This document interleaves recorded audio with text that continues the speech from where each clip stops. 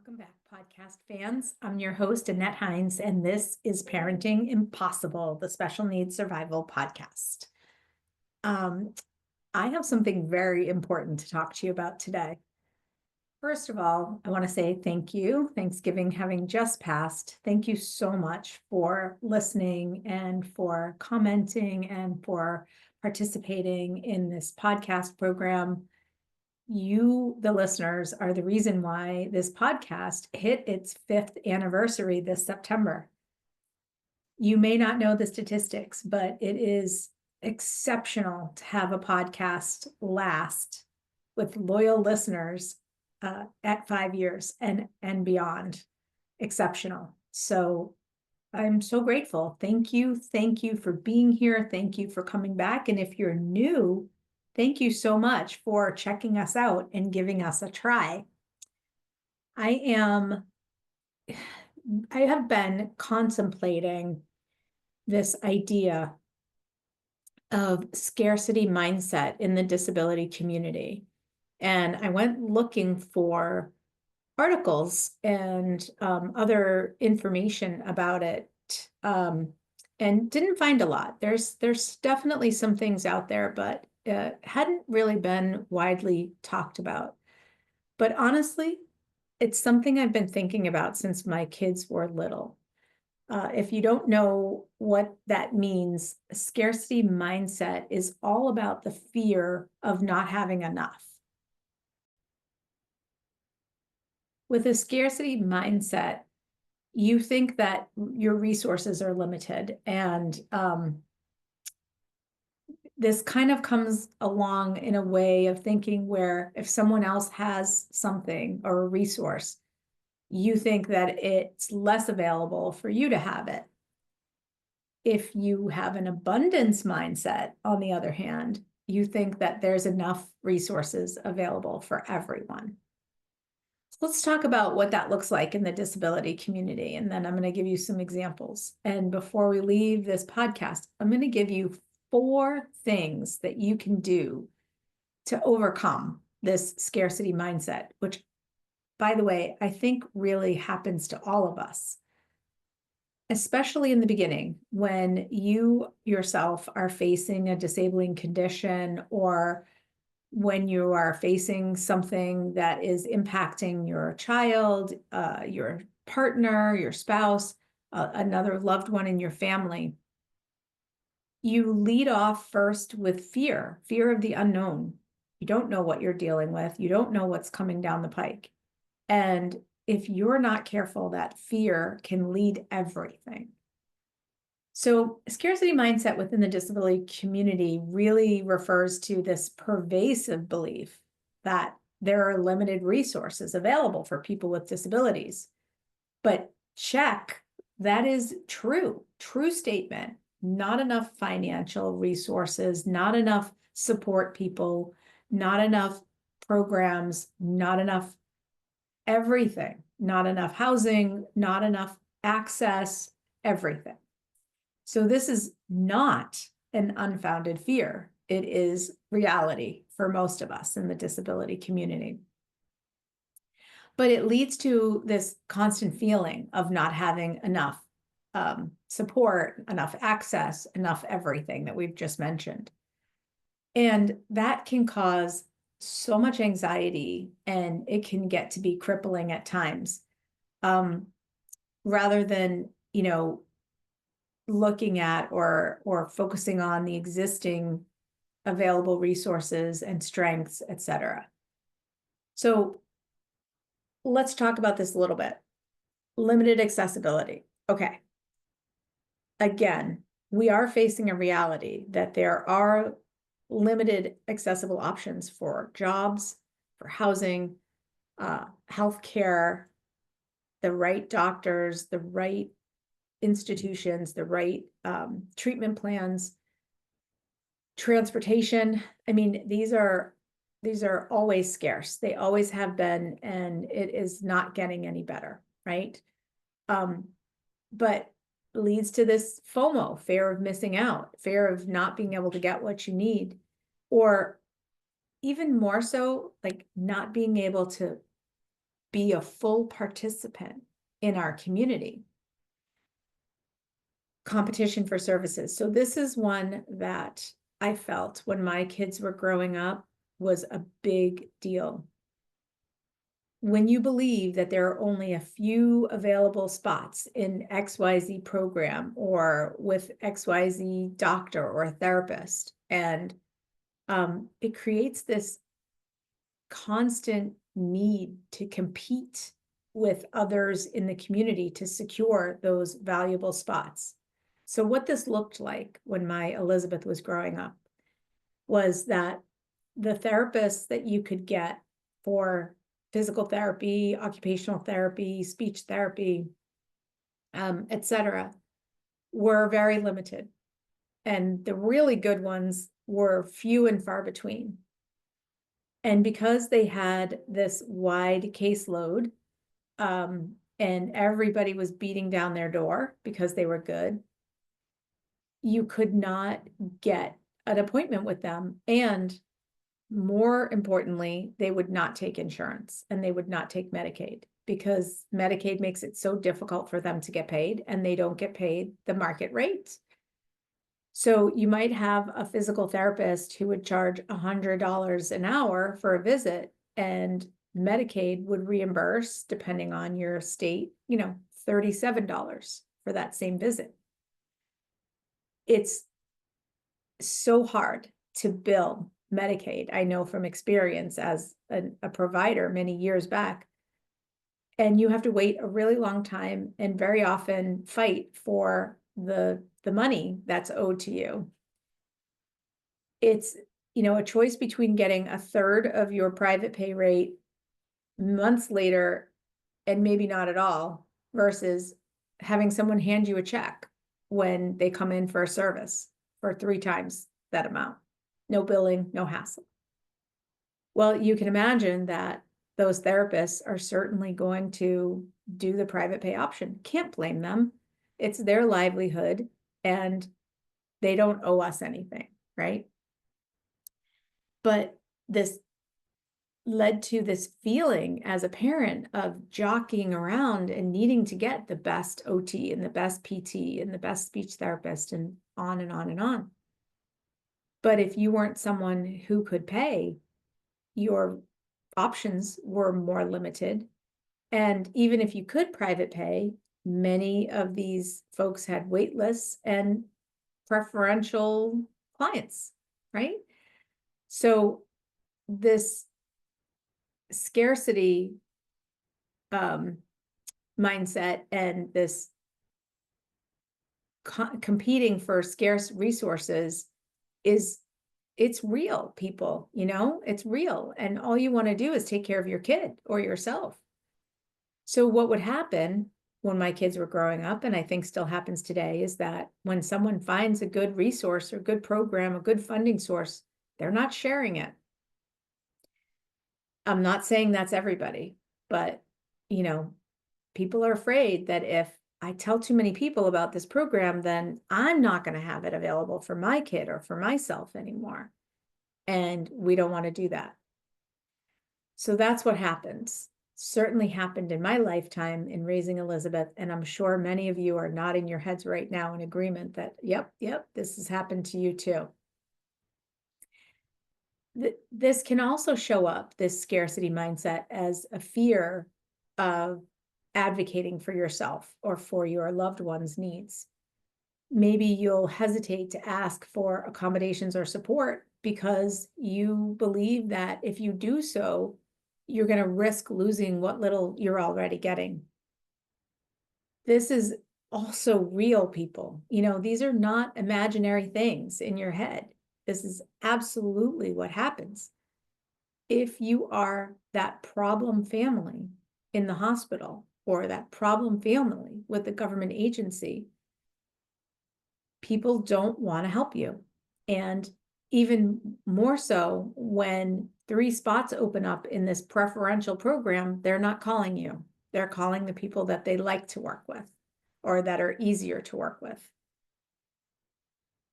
All right. And then there can be some stigma as well. And I don't need to go into that. We all know what that feels like.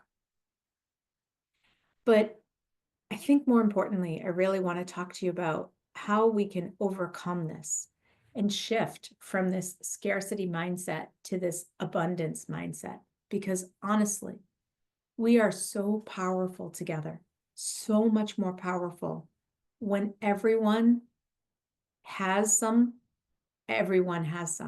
right? We are all stronger and more supported when we act together as a unit. I don't want to get paranoid, and I don't want to start, sounding like some crazy website person. But there is some truth to the fact that government agencies, nonprofits, and the they out there who kind of control the scarce resources, they do kind of count on us not sharing information. They kind of count on us not advocating too strongly for ourselves, and they kind of count on us not coming together as a community. Throughout history, we have seen that there is power in numbers, and we can advocate together to get more for everyone. So I want you to think about that as you're thinking about community, as you're thinking about this scarcity mindset. Now, what can we do? All right, so number one, you want to focus on advocacy. Instead of thinking about what you don't have, focus on the steps to get what you need and increase your efforts to get policy change and more accessibility and more resources and more supports and more programs. There are so many places you can go to do that. Yesterday, I sat in on my Government Affairs Committee meeting at the ARC of Massachusetts, and I always get so jazzed and enthusiastic and empowered in sitting through those meetings, because it's a large group of people who are mobilized to create change, not just for their own families, because all of us on those committees are impacted by disability, but for everyone's family. So think about that focus on advocacy and trying to move that needle forward for everybody. Okay, number two, my favorite, honestly, really important to think about community building. I've been talking about community for years, and I'm going to hammer it here again. Engaging in efforts to increase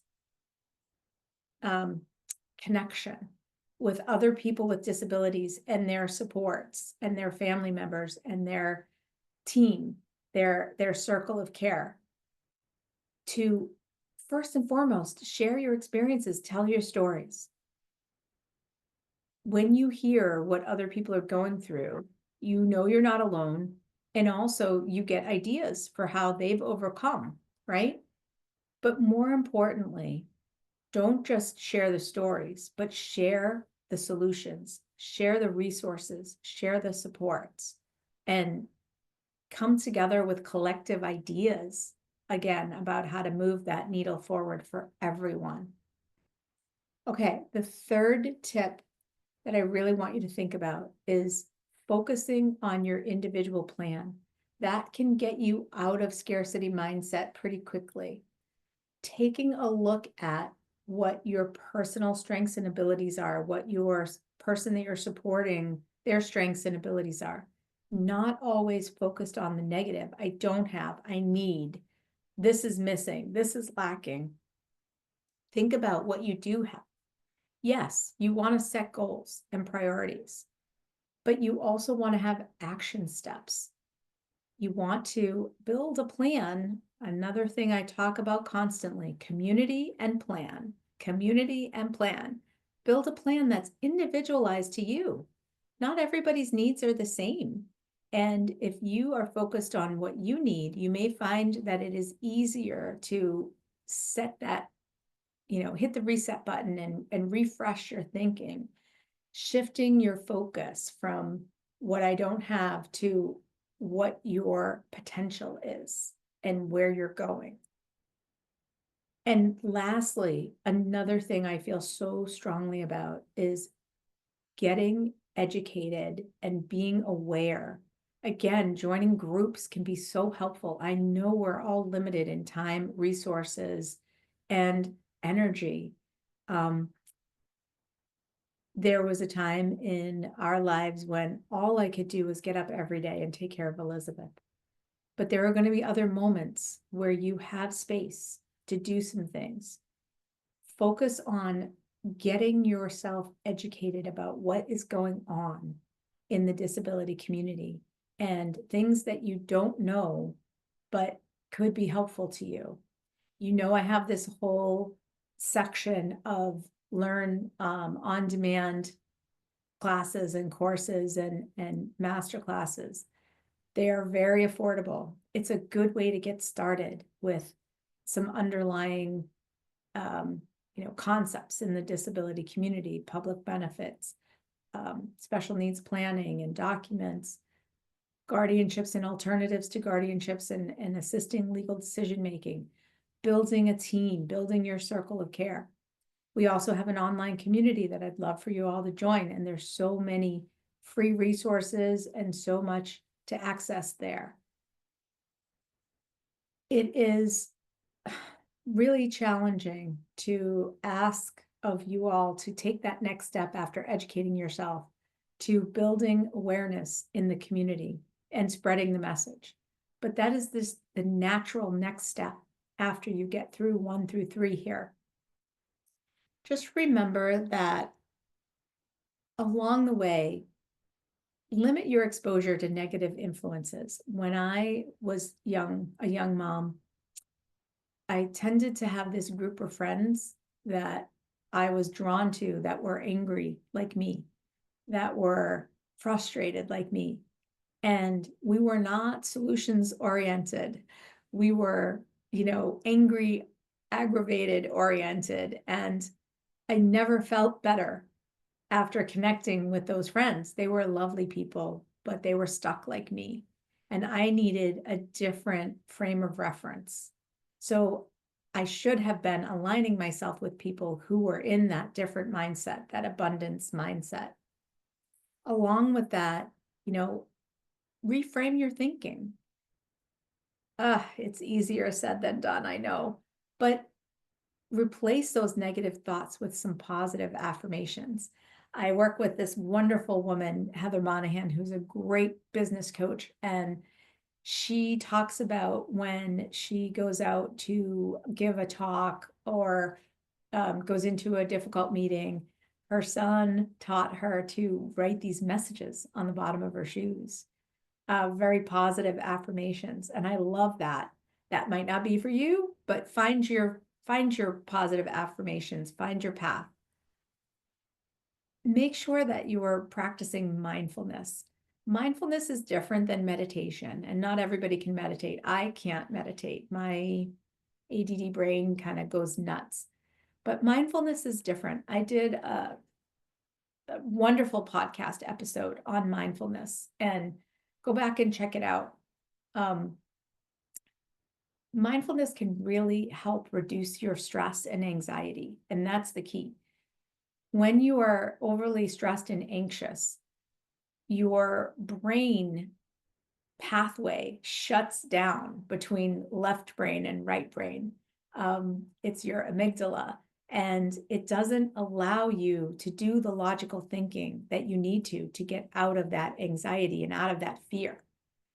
So it's important to take steps to calm Miggy down and to allow the free flow of information between left and right brain. Along with that, build a very supportive network. And you can find that here in our circle of care. You can find that on this podcast. You can find it in me. I'm happy to point you to any resources or supports that you might need. But surround your people who think positively and encourage you and also motivate you. Like when I was at the Government Affairs Committee yesterday, it was so motivating to hear all of the things. Sure, we talked about, some overwhelming amounts of action steps that needed to be taken. But people were working on them and had positive stories and positive steps that were being taken. And lastly, and this is true for everything in your life, practice gratitude. I said a prayer of gratitude just this morning. I had a very busy day ahead of me, and I thanked God for allowing me to do this work that I love and for putting me in this space where I can see this many people today and maybe help this many people today. So instead of looking at my day and thinking, oh my gosh, I have so many meetings and there's some really hard cases that are coming up today and some difficult topics. Instead, I just offered some gratitude and thanksgiving for the fact that I'm healthy and strong and have a brain that works well and training to be able to step in and help and be part of solutions for these families. Again, I don't want to tell you that I've always been able to do this. It's come with age and wisdom and living through some very traumatic events in my life. But I think that if you follow these 4 steps, it will help you shift away from the scarcity mindset and towards an abundance mindset. And if you keep in mind some of the tips at the end, building a supportive network, reframing your thinking, practicing mindfulness, limiting your exposure to negative influences, and absolutely practicing gratitude, I think that you will find that over time, you are going to have a more positive outlook and be much more willing to share expertise, resources, supports, information. And we are all going to be the better for it. Thank you so much for listening. I hope you all had a great holiday, great Thanksgiving, and I'll see you next week. Bye for now.